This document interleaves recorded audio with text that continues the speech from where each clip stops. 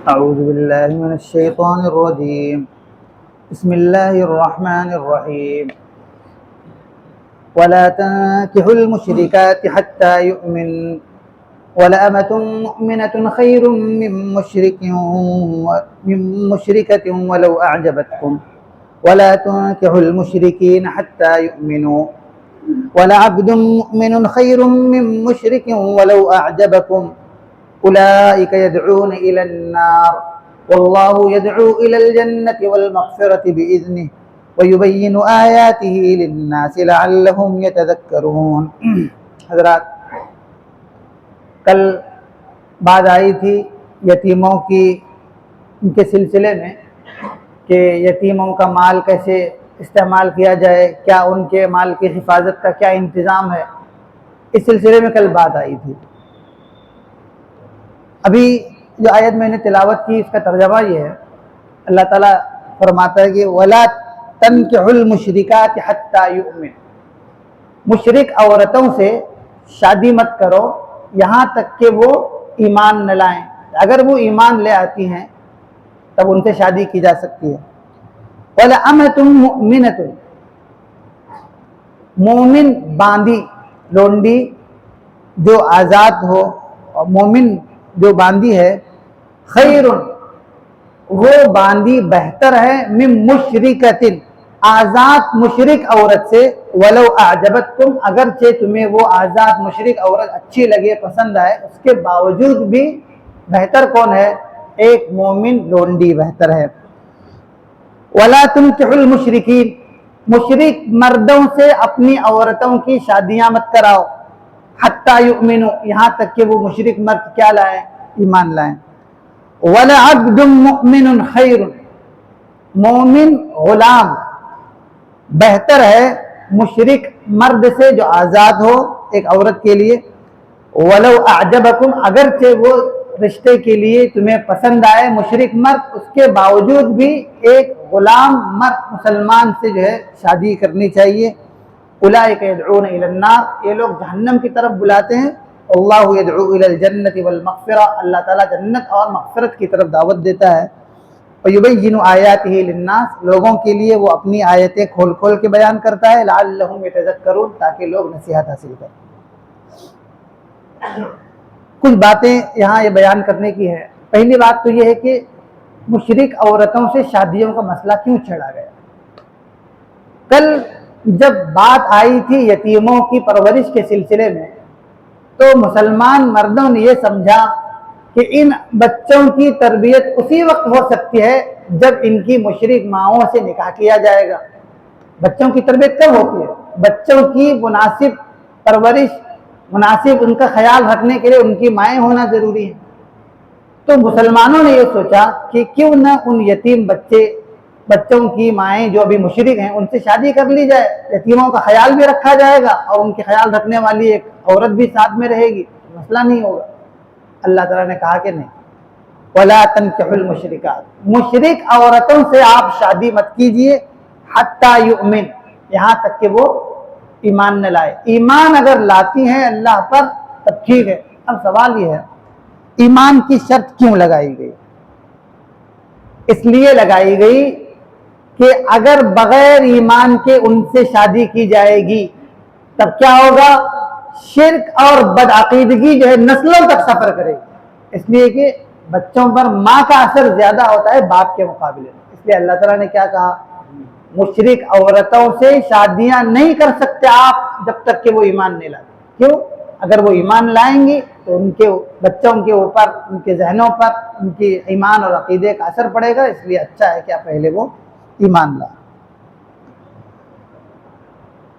وَلَأَمَةٌ مُؤْمِنَةٌ خَيْرٌ مِّن مُشْرِكَةٍ، اس لیے کہ ایک مسلمان باندی، مومن باندی بہتر ہے ان مشرک عورتوں سے، اگرچہ یہ مشرک عورتیں آپ کو پسند آتی ہوں. حدیث شریف میں آتا ہے عموماً نکاح جو ہے 4 بنیادوں پر کیا جاتا ہے.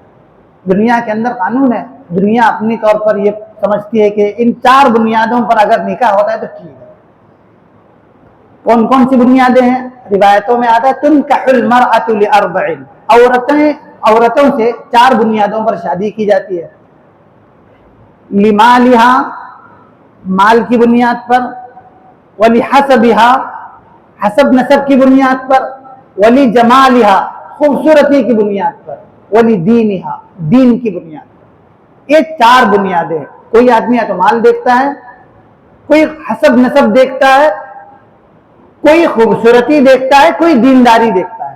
चार चीजें देखी जाती है। अल्लाह के रसूल सल्लल्लाहु अलैहि वसल्लम ने फरमाया फस्फर बिजाति दीन, दीनदार औरत को इख्तियार करो, तरिबत यदाक। बुखारी शरीफ की रिवायत है, खुशहाल रहोगे, फायदे में रहोगे। तो दीनदारी को तरजीह है इस्लाम के अंदर। खूबसूरती कोई मैयार नहीं शादी करने के लिए, हसब नसब कोई मैयार नहीं, और ये माल कोई मैयार नहीं। इन सारी चीजों को जवाल है, सिवाय दीनदारी की दीनदारी बाकी रहती है। इसलिए मना किया गया मुशरिक औरतों से। क्यों? बदअकीदगी और ये बेदीनी जो है फिर नस्लों तक मुंतकिल होती रहती है और फिर आदमी ईमान जो है वो गड़बड़ा जाता है।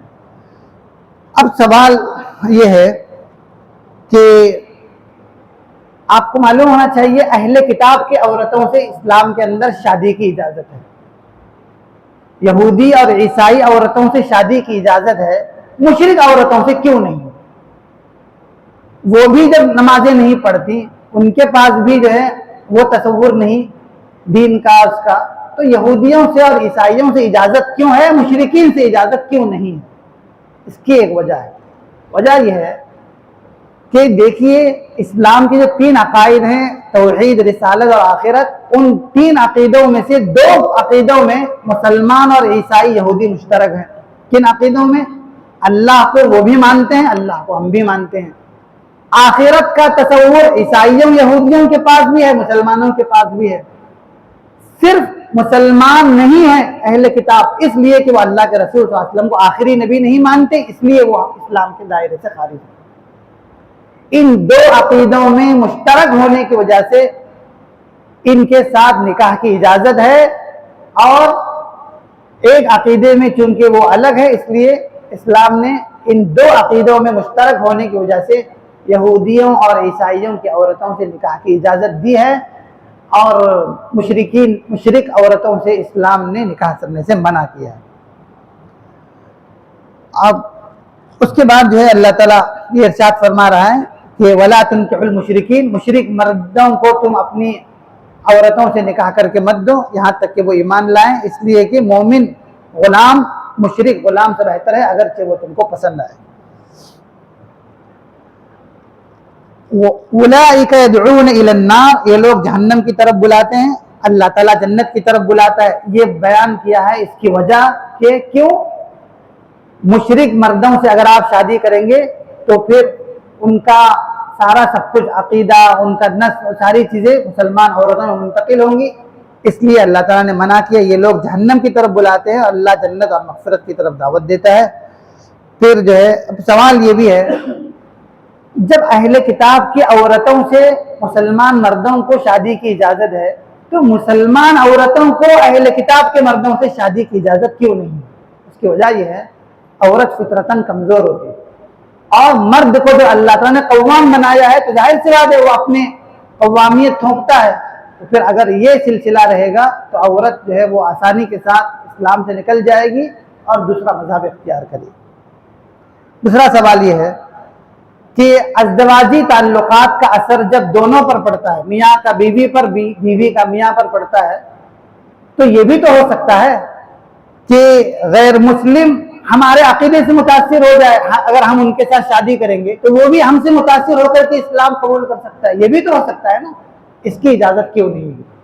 हिकमत ही है इस मामले में कि जहाँ नफ़ा की उम्मीद भी है और नुकसान का खतरा है, तो अक्ल सलीम ये बताती है कि उस नफ़ा से ज़्यादा उस खतरे से बचना चाहिए जो खतरा बहुत ज़्यादा खतरनाक होता है, उसके अवाक़िब और नताइज खतरनाक होते हैं। उस खतरे से बचाने के लिए मुसलमान को जो है रोका गया, अगरचे वो मुमकिन है, हो सकता है कि वो भी हमारे अखलाक से मुतासिर होकर इस्लाम कबूल करे, लेकिन इसकी इजाज़त शरीयत ने बहरहाल नहीं दी है।